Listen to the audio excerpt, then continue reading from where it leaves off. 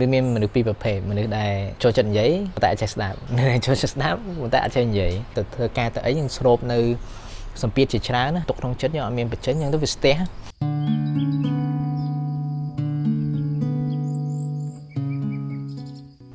bây đây chị ta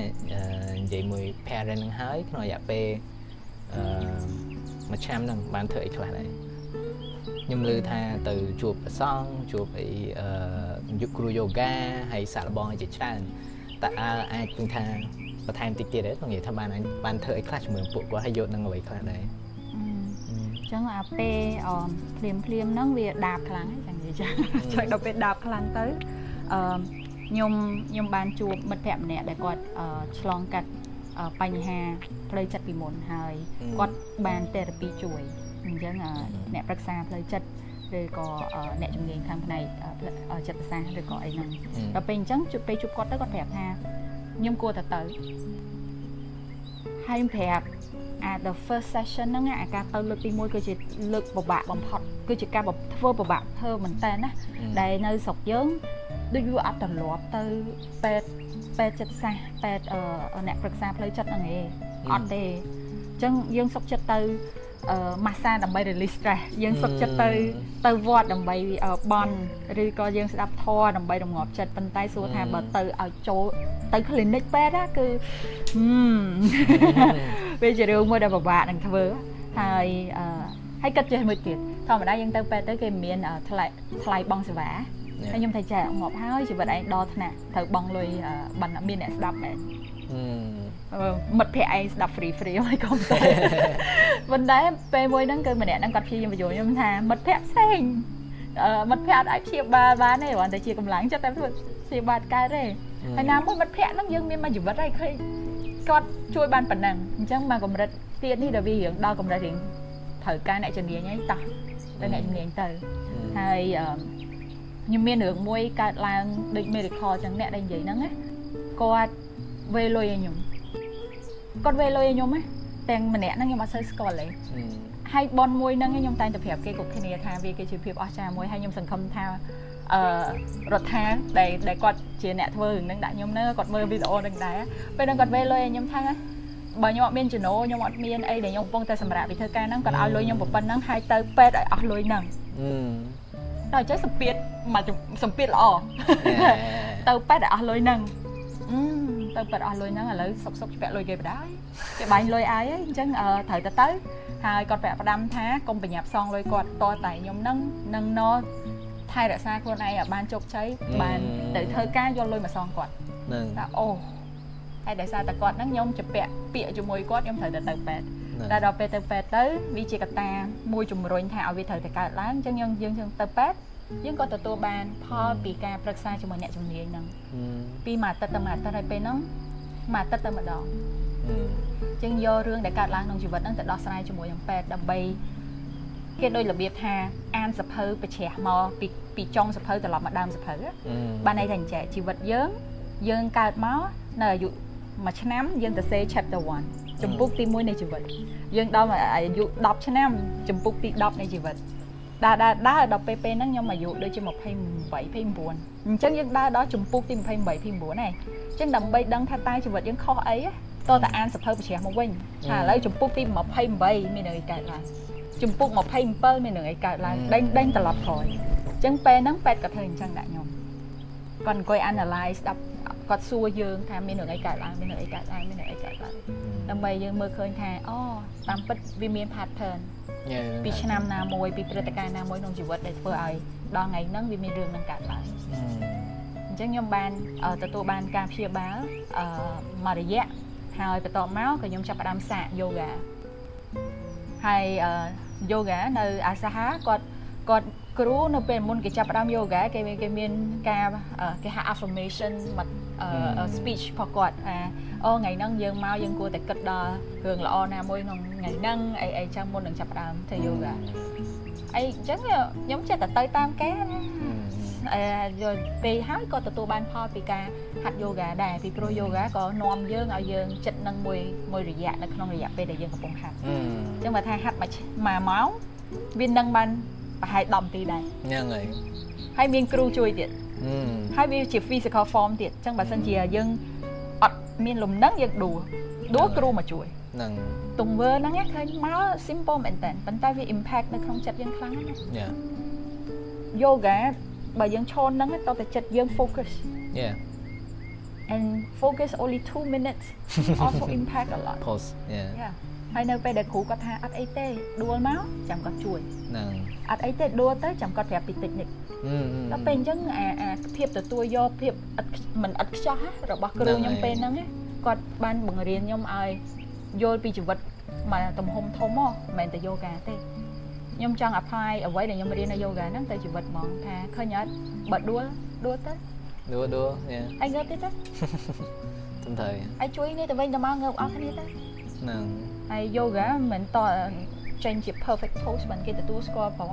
It's fine អញ្ចឹងខ្ញុំក៏រៀនទាំងអស់ហ្នឹងហើយគាត់ក៏ណែនាំបន្តថាណែបើសិនជាយើងធ្វើ meditation ទៀតណាអាហ្នឹងល្អអញ្ចឹងគាត់ក៏ចាប់ផ្ដើមពេលទៅ yoga ហ្នឹងគេដាក់ 5 minute meditation មុនពេលចាប់ផ្ដើមអញ្ចឹងគេ inject ចូលគេសោកចូលនៅក្នុងកម្មវិធីទៅវាធ្វើឲ្យយើងបានអង្គុយបាន5នាទីដែរដល់អង្គុយបាន5នាទីរៀងលយដែរលយទៅហើយអញ្ចឹងក៏ចាប់ផ្ដើមសិក្សាបន្តថាតើការ meditate ហ្នឹងសមាធិហ្នឹងមានអីខ្លះខ្ញុំតែងតែឆ្ងល់អញ្ចឹងខ្ញុំក៏ដើរសាកខ្ញុំទៅដល់ meditate សមាធិនៅវត្តកោតឹងទៅដល់វត្តកោតឹងចេះអង្គុយនិយាយជាមួយនឹងអ្នកនៅក្នុងវត្តសួរគេថាហេតុអីបានជាគេមកហ្នឹងហេតុអីបានជាគាត់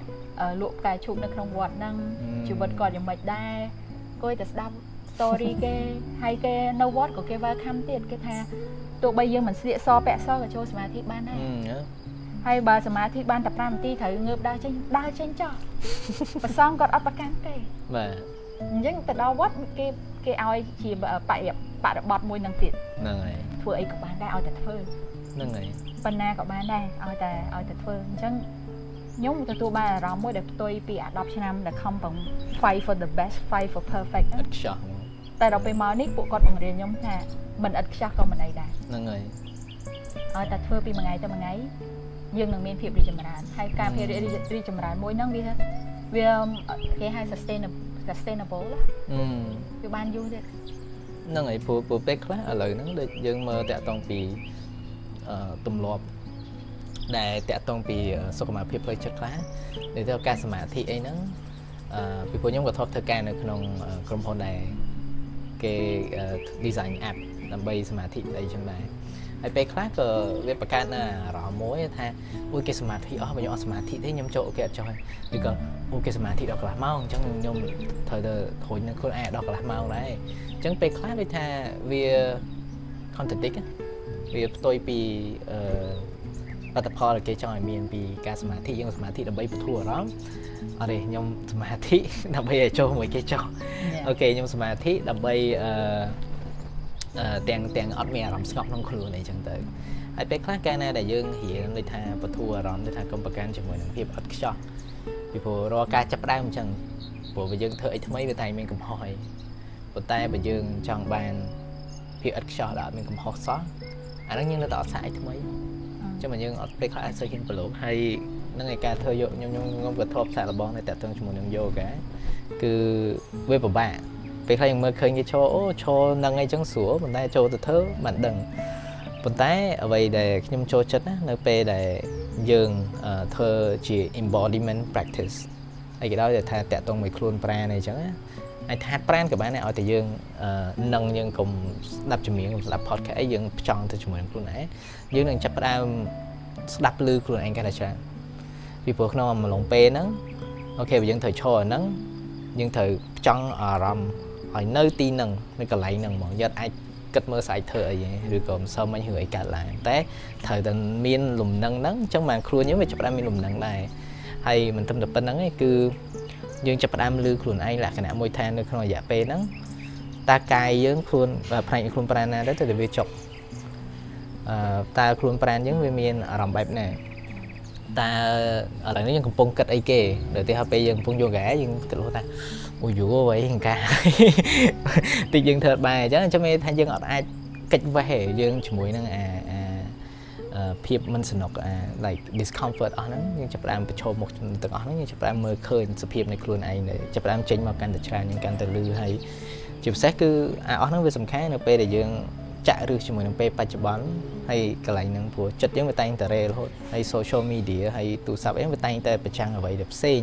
ក្រៅពីខ្លួនយើងមើលឃើញអីទាំងអស់ក្រៅពីខ្លួនយើងជាមួយនឹងកញ្ចក់ទូរស័ព្ទហ្នឹងបើសិនមកមើលតាក់ទងពីដំណើរនៃការស្វែងយល់ពី well being ទាំងអស់ហ្នឹងណាតើជាតាយកឃើញអ្វីដែរតាក់ទងពីខ្លួនឯងពីព្រោះពេលខ្លះយើងហាត់ yoga យើងហាត់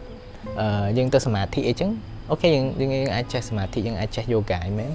ប៉ុន្តែក្នុងដំណើរហ្នឹងមានបង្កើតជាការយល់ដឹងឬក៏ស្ថានភាពផ្លូវចិត្តអីមួយផ្សេងសម្រាប់ចិត្តតា journey ហ្នឹងវែងហើយឆ្ងាយខ្ញុំឡើងខ្ញុំរៀនបានច្រើនណាខ្ញុំនិយាយ2023ហ្នឹងតាមពិតវាអត់ចង់23ទេវាតែធូរ25វាតែធូរ26នេះហ្មងក៏មានហើយវាអាចនឹងតឹងទៅវិញនៅក្នុងពេលឆាប់នេះក៏មិនដឹងតែដឹងតែម្យ៉ាងថាអ្វីដែលរៀនបាននោះគឺជីវិតវាត្រូវវាតាមពិតវា simple ណាស់តែយើងធ្វើវាមិន simple ហ្នឹងហើយជីវិតកើតមកដើម្បីតែបាយ3ពេលដូចអត់តន់ប្រហែលណាស់ណាទេប៉ុន្តែយើងនិយាយចឹងអាចខុសដល់រឿងខ្លះប៉ុន្តែបើយើងគិតថាបើសិនជាចង់តែរស់បាយ3ពេលឲ្យឆ្អែតកាពះនឹងអានលើសពីហ្នឹងណាយមន័យពីរហ្នឹងខុសគ្នាឆ្ងាយដែលវាអាចបង្កើតឲ្យមានសម្ពាធក្នុងជីវិតហើយវាបង្កើតឲ្យរឿងជាច្រើនកើតឡើងលើពិភពលោកណាស់តែយើងធ្វើឲ្យលើសពីបាយ3ពេលបាទអញ្ចឹងហើយខ្ញុំមានបទពិសោធន៍ផ្ទាល់ដែលទៅអង្គុយជាមួយនឹងអ្នកភូមិអ្នកស្រុកហើយដែលគាត់ឲ្យតម្លៃបាយ3ពេលអូក្តីសុខនៅពេលដែលរស់នៅបែបសាមញ្ញហើយឲ្យតម្លៃទៅលើគេហៅថាគុណភាពជីវិតតែមិនមានន័យថានិយាយអញ្ចឹងហើយនាំគ្នាថាតោះឥឡូវយើងជប់ធ្វើការជប់រកស៊ីបណ្ដោយណាអត់ទេមិនមានន័យអញ្ចឹងទេអានេះគឺនិយាយពី philosophy of life point of view of life នៅពេលដែលយើងចាប់ផ្ដើមយកហ្នឹងមកដាក់ក្នុងចិត្តនៅពេលយើងចង់ឆ្លោះមួយគេយើងសួរខ្លួនឯងថាតើឆ្លោះហ្នឹងចំណេញអីមកវិញហើយឆ្លោះហ្នឹងអាចផ្ដល់អ្វីឲ្យមកជីវិតខ្ញុំនៅក្នុងថ្ងៃនេះក្នុងបច្ចុប្បន្ននេះតែមើលទៅដូចអត់តំណងទេមិនឆ្លោះទេតើគាត់ឆ្លោះម្នាក់ឯងតែបើមានរឿងហ្នឹងកើតឡើងរឿងណាមួយដែលមិនសប្បាយចិត្តកើតឡើងយើងចេះទទួលស្គាល់ថាជីវិតវាមានតែប៉ុណ្្នឹងវាមិនទៅល្អពេកទេបើវាល្អពេកនោះយើងក៏សួរខ្លួនឯងថា something must be so wrong ហ្នឹងហើយអញ្ចឹង that's what I learn អ្វីដែលខ្ញុំរៀនបានពីមួយរយៈដែលខ្ញុំដើរជួបគេច្រើនខ្ញុំដើរនិយាយជាមួយមនុស្សច្រើនខ្ញុំចាំខ្ញុំធ្លាប់មានសន្ទនាមួយជាមួយលោកយាយម្នាក់អាយុ80ឆ្នាំនៅមណ្ឌលវិបស្សនាដល់ពេលហើយខ្ញុំសួរគាត់ថាបានលោកយាយមកនឹងអត់ទៅវិញទេគាត់នៅជាបម្រើនៅវត្តតែម្ដងសួរមិនបានគាត់មកហើយគាត់ជាអ្នកណាគាត់ប្រាប់ពី wisdom មួយដែលថាគិតមើលអាយុ80ហើយអាយុនៃជីវិតនឹងជាអ្វីធំទាំងអង្គុយមើលគាត់ហើយគិតដល់ខ្លួនឯងហ្មងថាតើខ្ញុំនៅអាយុ80ខ្ញុំចង់ឃើញខ្លួនឯងនឹងកំពុងធ្វើអីណាតែខ្ញុំមើលរស់បានដល់80អត់ហ្នឹងហើយដល់ពេលអញ្ចឹងវាធ្វើឲ្យបោករួមមកពេលដែលមានការងារមកសួរថាតើការងារហ្នឹងខ្ញុំស្រឡាញ់អត់ខ្ញុំយកបេះដូងដើរមកមុនកាលពី10-20ឆ្នាំមុនខ្ញុំយកលុយជាកូនយកលុយជាកូន you pay good okay let me go តែដល់ពេលឥឡូវសួរដល់យកចិត្តជាកូនសិនថាអាហ្នឹងតើពេលខ្ញុំធ្វើទៅខ្ញុំសប្បាយចិត្តអត់ហ្នឹងហើយព្រោះខ្ញុំមានបទពិសោធន៍ការយកលុយគេមកហើយអត់សប្បាយចិត្តខ្ញុំយកលុយហ្នឹងទៅចាយវិញអស់ទេខ្ញុំយកលុយហ្នឹងទៅចាយទៅលើតាមពីពេទ្យតាមពីថ្នាំរងាប់បារម្ភតាមពីរឿងគ្រប់បែបយ៉ាងអាហ្នឹងវាអត់ healthy cash flow ចូលមកហើយចេញទៅវិញចង់ចូលដើមហ្នឹងហើយខ្ញុំឃើញយើងអញ្ចឹងដែរភាគច្រើនដូចថាវាមិនមែនតែរឿងយកទៅពេទ្យទៅអីទេបើយើងឃើញយើងភាគច្រើនគឺថារកលុយឲ្យបានច្រើនអញ្ចឹងទៅយើងរស់ឲ្យសុខទៅតាមស្តង់ដារសង្គមដូចថាអូញ៉ាំអីឆ្ងាញ់រាល់ថ្ងៃដល់យូរទៅសុខភាពល្អចាប់ដើមលើសជាតិស្ករទៅអីរួចទៅត្រូវចាយលុយទៅពេទ្យទៅទាំងទីទៅឬក៏បញ្ហាផ្លូវចិត្តទៅអញ្ចឹងទៅអញ្ចឹងមានន័យថាអាលុយហ្នឹងវាចេញចូលគឺវាលឿនណាតែសំខាន់តើគុណភាពជីវិតហ្នឹងវាកែប្រែអត់ទៅតាមលុយទាំងអស់ហ្នឹងហ hay đối chị ta vậy mấy đã tông bị bài bày bé nhưng trong bạc bộ trò tích cứ vì chị ấy giờ trong sản kết khơi này tại tông bị chỉ vật dân hoàng ấy của than thầm bồn lái mình được bị đám có hộp chốc con anh ta đầm bấy một bên cặp bè để nó có đại rùa hay cái này để dương mơ thầm than ok ha cứ chia vậy môi đại vì chui trâu trong chỉ vật dướng nhưng chập lại miền ẩm nói nhưng óc cố này đầm miền ha ngày nữa được những ai rùa và to từ ngày sai từ đó trăm cào chân lời sai miền càng hộp chốc rục rồi một tay đòi vui tới chập đam chẳng bài này bài bay bén thời thật ngành chân thời thơ ngán ok thời từ hàng ná đá cái đạn ấy chọn mới ngành nhớ đó rồi vui tới tiết ồ mình thầm là ngành nhưng chón bán cái này này nhung coi những bia fancy phần đất mong chân tới từng coi này hàng này để mua lội dần từ hay là vui tới tiết bia lên chặt tông pìa hai ở bây giờ dân nhắm cứ bia lên chặt tông pìa ở bây phương anh chùm này từng ó nó rùa chiết chẳng na dương từng ó nó về chui dương từng ó phần tái đầm bẫy cả bằng hàng cái thao dương ai hộp ấy ngành như chừng tự hay ở lại nó đôi những tay mơ của mình tha cũng mình lỡ đo tờ bạc của tôi còn mới một con nhà mày bàn một tay mình được thông mà lấy cái trong khơi trên này cho nghĩ thay dương nhắm trẻ nhắm trao nhá dương nhắm đầm bay mơ Netflix mơ ấy chân tới đòi du tới cái dương chập đang bắt ảm nọ bia mà hộp bay pê này mà hộp bay pê nó với con tại khai chỉ chó đại dương nhắm là sao là dương thời nhắm về khai chân tiềnคือบ่มันเป็นเต้ก็เวียนจังหมองจังtới cáiยังจะđangบัดอ่ำนอเพียบ track on หรือโตยในក្នុងជីវិតคือทางดอแต่ឡើងដល់ខ្ពស់ហ្មងបានយើងអាចទទួលយកខ្លួនឯងបានអីចឹងហើយអ្វីដែលខ្ញុំកត់សម្គាល់ពីចិត្តតាមួយទៀតគឺពីមុនដំណើរពីមុនគឺជាការចង់ផ្លាស់ប្ដូរបាក់វេនជុំវិញផ្លាស់ប្ដូរខ្លួនឯងហើយតែឲ្យប៉ុន្តែខំផ្លាស់ប្ដូរទៅខ្លួនយើងក៏ទទួលនៅសម្ពាធជាច្រើនផងដែរពីព្រោះការផ្លាស់ប្ដូរហ្នឹងវាអត់ចេញពីការស្គាល់ការទទួលយកខ្លួនឯងហើយឲ្យថាពេលខ្លះយើងផ្លាស់ប្ដូរកន្លែងធ្វើការយើងផ្លាស់ប្ដូរសម្លៀកបំពាក់យើងផ្លាស់ប្ដូរម៉ូដសក់អីក៏ដោយអាហ្នឹងសិតតែជាសភាពខាងក្រៅប៉ុន្តែខាងក្នុងយើងនៅតែជាមនុស្សដដែលហើយយើងខំផ្លាស់ប្ដូរមនុស្សខាងក្នុងហ្នឹងប៉ុន្តែមនុស្សខាងក្នុងនេះអត់ទាន់យល់ទេហើយពេលខ្លះគឺដំណើរនៃការចាប់ផ្ដើមជាថ្មីក្នុងការយកពីខ្លួនឯងគឺវាចេញពីការឈប់ចង់ផ្លាស់ប្ដូរប៉ុន្តែទទួលយកខ្លួនឯងសិនពីព្រោះវាដូចបញ្ហាអញ្ចឹងយើងអាចដោះស្រាយបញ្ហាមួយទាំងអត់យកបញ្ហាហ្នឹងពេលខ្លះវាធ្វើឲ្យបញ្ហាវាកាន់តែស្មុគស្មាញហើយខ្លួនយើងក៏វាអញ្ចឹងដែរហើយខ្ញុំគិតថាពេលដែលយើងមានបញ្ហាដូចជាការហត់នឿយពីការងារអីហ្នឹងវាជាពេលមួយដែលយើងគួរឈប់បន្តិចហើយគិតពេលខ្លះមិនមែនថាយើងកាន់តែហត់យើងគួរតែកាន់តែសម្រុកទេពេលខ្លះត្រូវ make space បន្តិចមកដើម្បីស្វែងយល់ពីខ្លួនឯងហើយខ្ញុំមើលឃើញថាអ្វីយើងអាចធ្វើតាក់ទងពី well being ហ្នឹងគឺវាមានច្រើនដែលថាវាអាចជួយយើងឲ្យឃ្លាតចេញពីភាពមមាញឹកដូចនោះយើងអាចមើលឃើញតាក់ទងពីអ្វីដែលកំពុងកើតឡើងនៅក្នុងខ្លួនប្រាណយើងហើយដូចជាតានិយាយមិញមានជាការសមាធិមានជា yoga មានជាសកម្មភាពផ្សេងអញ្ចឹងទៀតហើយជាមួយនឹងសុខៈនេះដែរតើគោលដៅឬក៏ mission របស់សុខៈហ្នឹងគឺនៅក្នុង well-being community ហ្នឹងតើចង់ចែកម្លែកខ្លះជាមួយនឹងសង្គមយើងមិញខ្ញុំយើងនិយាយពី story របស់ខ្ញុំថាខ្ញុំចង់កាត់អីចឹងណាchứខ្ញុំគិតថាខ្ញុំស្គាល់អារម្មណ៍ហ្នឹងតាមពីអារម្មណ៍អវេទនាក៏អារម្មណ៍សុខស្រួលបន្ទាប់ពីយើង calm down យើងរកឃើញbalance ក្នុងជីវិតអញ្ចឹងមកដល់សុខៈនេះគឺជា project មួយដែលខ្ញុំបង្កើតមកខ្ញុំគិតថាខ្ញុំចង់ឲ្យអ្នកដែលគាត់ stress ក្នុងជីវិតណាជីវិតវាអត់ស្រួលទេអញ្ចឹងវាគង់មានអារឿងអត់ស្រួលនឹងក្នុងចិត្តទេអញ្ចឹងទោះបីជានៅក្នុង level មួយណាក៏ដោយអត់ស្រួលតិចអត់ស្រួលច្រើនខ្ញុំចង់ឲ្យពួកគាត់មកមានកន្លែងមួយដើម្បី feel relate បានន័យថាមានអ្នកដទៃដែលគិតដូចយើងហើយលើកជួយគ្នាទៅវិញទៅមកអញ្ចឹងនៅក្នុងខេត្តសៀមរាបពួកយើងមានជាកន្លែង space មួយដូច studio អញ្ចឹង ដែលស៊ីយ៉ូហ្នឹងគឺស្ថិតនៅក្នុងអគារដំបូល61ដែលជាវិឡាមួយដែលមានតាំងពី matcha ហាង matcha ក៏មានហាង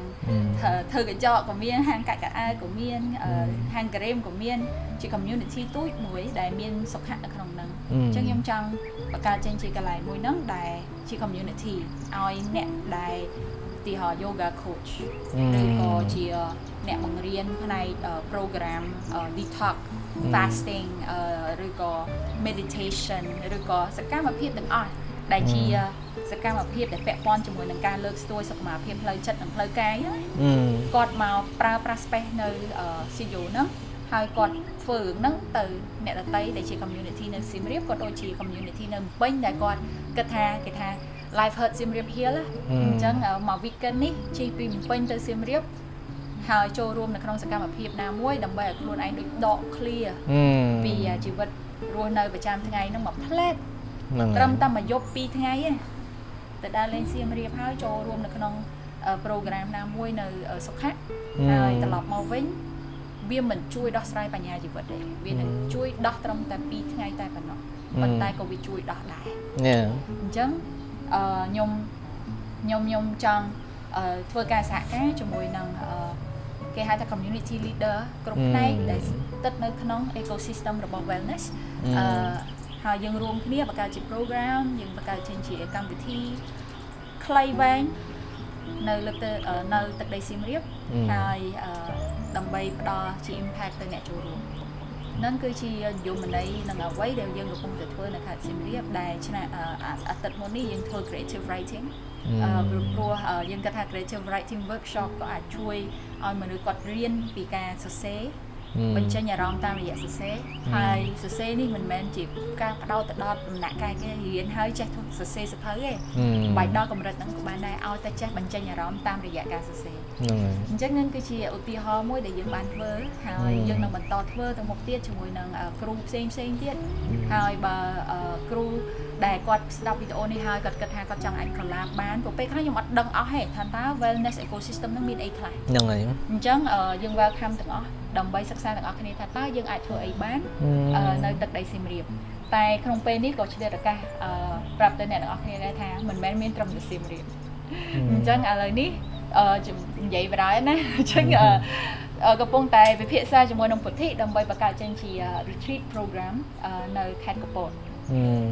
ព្រោះកំពតទឹកដីមួយដែលមានភ្នំមានទឹកជ្រោះមានធម្មជាតិមានអីទាំងអស់អញ្ចឹងលើសពីប្រាសាទនៅសៀមរាបយើងមានជាទឹកដីកំពតដើម្បីឲ្យមនុស្សគាត់ relax ថាបាច់ travel ច្រើនកន្លែងគ្រាន់តែទៅដល់ទឹកដីកំពតក៏វាត្រជាក់ត្រជុំមកតង់ហើយវា heal អស់មកតង់ហើយអញ្ចឹងយើងនឹងបង្កើតចេញជា retreat program នៅកំពតដើម្បីមាន coach មាន facility ដើម្បីឲ្យអ្នកដែលចូលរួមហ្នឹងគាត់អាចផ្ដោតទៅលើ purpose ណាមួយអញ្ចឹងឧទាហរណ៍ life coach ឬក៏ design thinking process ឬក៏អីដែលអាចនឹងកើតឡើងនៅក្នុងទឹកដីកំពតអញ្ចឹងនៅកំពតយើងមានជា collaboration ជាមួយនឹង Payana Amaya homestay អញ្ចឹងដើម្បីធ្វើជា facility មួយដែល provide environment មួយហ្នឹងអញ្ចឹងហ្នឹងគឺជាអ្វីដែលយើងកំពុងធ្វើហើយអញ្ចឹងយើងកំពុងតែផ្ដោតទៅលើការ partner ជាមួយនឹងគ្រូគ្រប់ level គ្រប់ level ទោះបីជា level តាមតែចាប់ផ្ដើមយើងអាចធ្វើនៅសៀមរាបបានតាមរយៈ scale បែបតូចយើងធ្វើនៅកំពតបែប scale ជាលក្ខណៈ program តែម្ដង so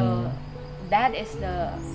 what we are doing ហើយជាអ្វីដែលខ្ញុំកំពុងតែធ្វើហើយខ្ញុំសប្បាយចិត្តមែនតើបានធ្វើហ្នឹងហើយពួកពេលធ្វើទៅទី1គឺបានស្គាល់មនុស្សល្អណាមានចិត្តដូចគ្នាហ្នឹងហើយសួរថាគ្រូ yoga ម្នាក់មិនមែនចិត្តអត់ធ្មត់តិចទេណាបានធ្វើគ្រូ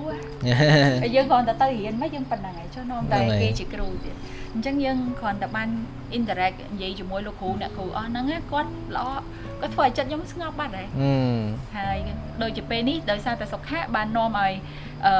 ស្គាល់ពុទ្ធិម្ដងទៀតព្រោះស្គាល់ពុទ្ធិតាមនៅរៀនសាកលវិទ្យាល័យហើយអញ្ចឹង10ឆ្នាំជាងគ្រាន់តែអត់បាននិយាយរកគ្នាតែដល់ពេលបាននិយាយរកគ្នាយើងបង្កើតចេញជា program នៅកំពតតែកន្លែងនេះគឺទុកឲ្យពុទ្ធិគាត់និយាយខ្លួនឯងថានៅកំពតហ្នឹងយើងធ្វើអីចឹងទៅកំពតធ្វើអីគេចា ហ្នឹងហើយនៅកម្ពុជាហ្នឹងកម្មវិធីដែលថាខ្ញុំដឹកនាំហ្នឹងគឺតាក់ទងពីការធ្វើប្រស័យតាក់ទងការសន្ទនានិងការយល់គ្នាហើយខ្ញុំគិតថានេះគឺជាជំនាញមួយដ៏សំខាន់ហើយពីព្រោះរាល់ថ្ងៃហ្នឹងគឺយើងមានមនុស្សពីរប្រភេទមនុស្សដែលចូលចិត្តនិយាយប៉ុន្តែអត់ចេះស្ដាប់មនុស្សដែលចូលចិត្តស្ដាប់ប៉ុន្តែអត់ចេះនិយាយហើយខ្ញុំចង់និយាយថាណែនាំតាក់ទងពីវិធីការធ្វើប្រស័យតាក់ទងដើម្បីឲ្យយើងមានភាពកក់ក្ដៅនៅក្នុងទំនាក់ទំនងរបស់យើងនឹងមិនថាជាមួយនឹងមិត្តភ័ក្តិរួមការងារជាមួយនឹងគ្រួសារជាមួយនឹងដៃគូរបស់យើងហើយទាំងហ្នឹងគឺវាសំខាន់ណាស់ខ្ញុំមើលឃើញថារាល់ថ្ងៃហ្នឹងគឺយើងមានការផ្សាយតាក់ទងទៅតាម social media ទៅតាមការស្គាល់គ្នាវាច្រើនប៉ុន្តែភាពស្និទ្ធស្នាលគឺវាអត់សូវមានការយកគ្នាយើងមានអារម្មណ៍មានអ្វីដែលយើងលាក់បាំងក្នុងខ្លួនជាច្រើនណាហើយអ្វីដែលខ្ញុំធ្វើជា space ហ្នឹងគឺដើម្បីជួយគាត់មានការយល់ពីគ្នាទៅវិញទៅមកហើយអាហ្នឹងវាជាជំនាញមួយដែលគាត់អាចយកទៅផ្ទះដូចនោះគាត់អាចកែប្រែតាក់ទងពីទំនាក់ទំនងការផ្សាយតាក់ទងរបស់យើងហ្នឹងពីព្រោះពេលដែលយើងអត់មានទំនាក់ទំនងល្អយើងទៅនិយាយថាជំនាញទំនាក់ទំនងពេលដែលអត់មានយើងទៅធ្វើការទៅអីយើងស្រូបនៅសម្ពាធជាច្រើនហើយយើងទុកក្នុងចិត្តយើងអត់មានបញ្ចេញយើងទៅវាស្ទះហើយនេះគឺជាអ្វីមួយដែលយើងចង់ធ្វើនៅក្នុង retreat ហ្នឹងគឺជាការបង្កើតជា community តូចមួយដែលគាត់អាចយល់ពីគ្នាមានភាពកក់ក្ដៅពីគ្នាហើយបន្ទាប់ទៅគាត់ចេញទៅវិញគាត់ចេះបង្កើតភាពកក់ក្ដៅនៅក្នុងជីវិតរបស់គាត់ជាមួយនឹងមនុស្សម្នាផ្សេងមិនថាអ្នកដែលគាត់ស្គាល់ហើយឬក៏អ្នកដែលគាត់អត់ទាន់ស្គាល់ដែលថាគាត់ចង់មានការផ្សាយតាក់ទងជាមួយនឹងហើយខ្ញុំគិតថាការដែលយើងធ្វើ retreat បែបហ្នឹងមិន limit ដោយទៅតាមអ្វីខ្ញុំធ្វើប៉ុន្តែទៅតាមអ្វីដែលជាតាចង់បង្កើតដែរទៅតាម course ផ្សេងដូចជា yoga អីហ្នឹងគឺវាសំខាន់ពេលខ្លះយើងគិតថាការទៅដើរលេងយើងត្រូវទៅដើរលេងអញ្ចឹងទៅមកវិញធួដូចទៅសាកថ្មជីវិតអញ្ចឹងណាអញ្ចឹងយើងមកបញ្ហាដដែលអញ្ចឹងចាប់ដើមអស់ថ្មទេទៅទៀតទៅមកហើយអ្វីដែលខ្ញុំចង់ដូចទៅសហការជាមួយហ្នឹងនៅក្នុង retreat ហ្នឹងគឺវាអញ្ចឹងដែរគឺពេលដែលយើងមើលថាយើងធ្វើដំណើរចេញក្រៅហ្នឹងមិនមែនចេញទៅដើរលេងទេប៉ុន្តែចេញទៅស្វែងយល់ពីខ្លួនឯងដើម្បីធ្វើការផ្សងព្រេងជាមួយនឹងខ្លួនឯងទៅតាមសកម្មភាពឯណាមួយអញ្ចឹងគឺយើងចាប់ផ្ដើមយល់ពីខ្លួនឯងកាន់តែច្រើនដែរហើយពេលយើងមកអញ្ចឹងទៅក៏យើងចាប់ផ្ដើមមានជំនាញតូចមួយចំនួនការយល់ឃើញឬក៏ insight ឬក៏ wisdom ណាមួយទៅពីគ្រូពីអ្នកណែនាំអីហ្នឹងអញ្ចឹងក៏យើងមកវិញយើងមិនមែនមកត្រឹមតែ heal យើងមកវិញ stronger យើងខ្លាំងជាងមុនយើងប្រកែជាងមុនយើងមានភាពវៃឆ្លាតជាងមុនយើងយល់ពីជីវិតកាន់តែច្រើនអញ្ចឹងទៅយើងអាចធ្វើជំរឿសថ្មីបើយើងគ្រាន់តែទៅដើម្បីសាកថ្មយើងមកវិញអានេះថាយើងទៅមើលទេសភាពទៅអីហើយដើរលេងអូខេមើលហើយតែប៉ុណ្ណឹងយើងអត់មានការយល់ដឹងថ្មីយើងអត់មានការវិវត្តការលូតលាស់អីហ្នឹងយើងមកវិញយើងធ្វើអីដដែលជួបបញ្ហាដដែលខឹងលើជាមួយនឹងមនុស្សដដែលចាប់ផ្ដើមមានអារម្មណ៍ថាអូខ្ញុំត្រូវសាកថ្មទៅទៀតហើយអត់ទេអានេះខ្ញុំគិតថាវាជាអ្វីល្អដែលថាយើងមើលទៅលើនៅក្នុង retreat in general ហើយយើងគួរតែមើលទាំងអស់ហ្នឹងវាជាអ្វីមួយដែលជាផ្លូវមួយដែលយើងអាចដើរពេលដែលយើងចាប់ផ្ដើមមានអារម្មណ៍ថាធុញថប់ឬក៏ត្រូវការពេលវេលាគិតឬក៏ត្រូវការពេលសម្រាកឬក៏ត្រូវការស្វែងយល់ពីខ្លួនឯងខ្ញុំគិតថា retreat គឺជាអ្វីមួយល្អហើយខ្ញុំគិតថាសុខៈគឺជា community មួយល្អដែលឃើញចាប់ផ្ដើមពីព្រោះខ្ញុំមើលឃើញថាឥឡូវហ្នឹងបើយើងមើលតាក់ទងពី retreat ខ្ញុំជឿថាមានហើយខ្លះប៉ុន្តែយើងអត់ទាន់មានអា hub មួយដែល connect គ្រូទាំងអស់ដែលគាត់អាចធ្វើការជាមួយនឹងគ្នាបានទៅលើ retreat and well being ហ្នឹងចឹងមានថាអរគុណដែរដែលជាតានិយាយថា reach out ហើយយើង work ទៅលើទាំងអស់ហ្នឹងហើយវា interesting ដែរព្រោះអានេះក៏វាជា goal របស់ខ្ញុំដែរនៅក្នុងការងារខ្ញុំនៅរៀនរស់ហ្នឹងពេលខ្លះខ្ញុំនិយាយចឹងទៅវានៅរាក់នៅឡើយតាមពិតខ្ញុំចង់ចូលឲ្យជ្រៅជាងហ្នឹងប៉ុន្តែអា platform ហ្នឹងវាអត់ទាន់ដល់អាជំរឿហ្នឹងទេហើយវាល្អដែលថាខ្ញុំអាចមកដែលថាក្នុង podcast សុខៈចឹងទៅយើងអាចនិយាយឲ្យកាន់តែជ្រៅទៀតអាចថាអ្វីខ្ញុំធ្វើមកមុនគឺជា introduction ហ្នឹងទៅអានេះវាកាន់តែជ្រៅទៅលើអា well being តាក់ទងពីការអភិវឌ្ឍខ្លួនអីហ្នឹងអញ្ចឹងមានអីថែមទៀតអត់ទេតាអត់មានទេថ្ងៃហ្នឹងបាននិយាយច្រើនជាងធម្មតាព្រោះលើកទី1បានមកឲ្យគួយគេថតឲ្យសុទ្ធតែថតគេអញ្ចឹងឥឡូវនេះចាត់ទុកថា វីដេអូមួយនេះគឺជាការស្គាល់គ្នារវាងខ្ញុំប្រតិក៏ដូចជាអ្នកមើលទាំងអស់សុខៈគឺមាននៅសៀមរាបនិងកំពតប៉ុន្តែវាលើសពីហ្នឹងគឺឲ្យតែសកម្មភាពឬក៏ content ដែលពួកយើងចេញទៅបានប៉ះបេះដូងរបស់អ្នកមើលបានធ្វើឲ្យអ្នកមើលមានអារម្មណ៍ថាធូរស្រាលបន្តិចអាហ្នឹងក៏ជាអ្វីដែលយើងហៅថាសុខៈ way of living ដែរអញ្ចឹងបានជាយើងចាយទៅលើការធ្វើ content អញ្ចឹងបើសិនជាមើលនៅលើ page របស់ពួកយើងមាន collaboration ជាមួយនឹង content creator ផ្សេងៗដើម្បីបង្កើតជា content បែបជីវិតបែបលើកទឹកចិត្តក៏ដូចជា content មួយដែលថាទោះបីជាមិនបានធ្វើអីមើលតែ Facebook ថ្ងៃហ្នឹងក៏សប្បាយចិត្តបានបន្តិចដែរណាអាហ្នឹងគឺជាគោលដៅរបស់សុខៈដែលយើងបញ្ចេញតាមរយៈជា physical location ជា content ជា program អញ្ចឹងបើសិនជាអ្នកទាំងអស់គ្នាមើលវីដេអូហ្នឹងដល់ថ្ងៃម៉ោងហ្នឹងហើយច្បាស់ជាអ្នកទាំងអស់គ្នាជឿជាក់ទៅលើ vision និង mission មួយហ្នឹងដែរអញ្ចឹងបើសិនជាបានមើលហើយឆាតមកប្រាប់តិចមកថាមានអីដែលចង់បញ្ចេញមានអីដែលគិតថាខ្លួនឯងធ្លាប់តែគិតតែធ្វើមិនកើតហើយគិតថាបើសិនជាអ្នកទាំងអស់គ្នាអាចចូលរួមនៅក្នុង community មួយនេះតើវានឹងខ្លាចទៅជាយ៉ាងណាខ្ញុំដឹងថាប្រហែលជាមើលវីដេអូហ្នឹងហើយនៅតែមិនយល់ថាសុខៈគឺអីប្រកាសទៀតតែអីទេយកគ្នាសិនណាព្រោះអីសុខៈមិនមែនជា definition មួយនិយមន័យមួយដែលត្រូវតែធ្វើបែបហ្នឹងបានគេហៅថាហ្នឹងទេ project មួយនេះគឺខ្ញុំធ្វើមកគឺដើម្បីថាខ្ញុំគិតចឹងបូកជាមួយនឹងពុទ្ធិចេញរូបរាងមួយបូកជាមួយអ្នកទាំងអស់គ្នាចេញរូបរាងមួយទៀត and it's fine យើងអត់តតែ A B C D E F មិនគេហៅថាត្រូវយើងអត់ធ្វើយើងមិនមានអីចឹងធ្វើអីក៏បានដែរតាមបេះដូងហ្នឹងហើយអញ្ចឹងនេះគឺជា episode ទី1ដែលយើងនឹងចាប់ផ្ដើមជាសុខៈ series ទៅលើ podcast នេះហើយអត់តមានឈ្មោះទេអញ្ចឹងជួយដាក់ឲ្យហ៎ព្រោះយើងចង់ឲ្យមានជាការរួមចំណែកពីអ្នកដែលគិតដូចគ្នាអញ្ចឹងបើសិនជាខ្ញុំពីរអ្នកប្រទេសគិតដាក់ឈ្មោះអីធ្វើមិនចាវាគឺជារឿងរបស់ខ្ញុំពីរអ្នកតែនៅថ្ងៃនេះម៉ោងនេះអ្វីដែលយើងនឹងបង្កើតក៏ជាយើងចង់ដាក់នៅលើតុហើយឲ្យអ្នកទាំងអស់គ្នាចូលរួមបង្កើតជាមួយពួកយើងដែរអញ្ចឹងបើស្ដាប់ដល់ម៉ោងនេះហើយជួយប្រាប់ផងថាតើ series មួយនេះគួរតែនិយាយពីអីហើយភ្ញៀវបន្ទាប់គួរតែជាអ្នកណាអាច recommend មកបាននៅតាម comment ហើយឬក៏ chat មកក៏បានដែរហើយ follow page ទាំងអស់គ្នាដើម្បីដឹងថាតើ journey របស់យើងមួយនេះវាទៅណាមកណីវាកើតជារូបរាងអត់អារម្មណ៍នៅប្រហែលខែទៀតអត់មិនដឹងដូចគ្នាឬក៏វារស់បានដល់រាប់ឆ្នាំទៅទៀតហើយវា make impact ទៅលើមនុស្សច្រើនរយច្រើនពាន់អ្នកទៀតយើងអត់ដឹងទាំងអស់គ្មានអ្នកណាដឹងពីអនាគតទេអញ្ចឹង let's do it អាហ្នឹងគឺជា project តាមបេះដូង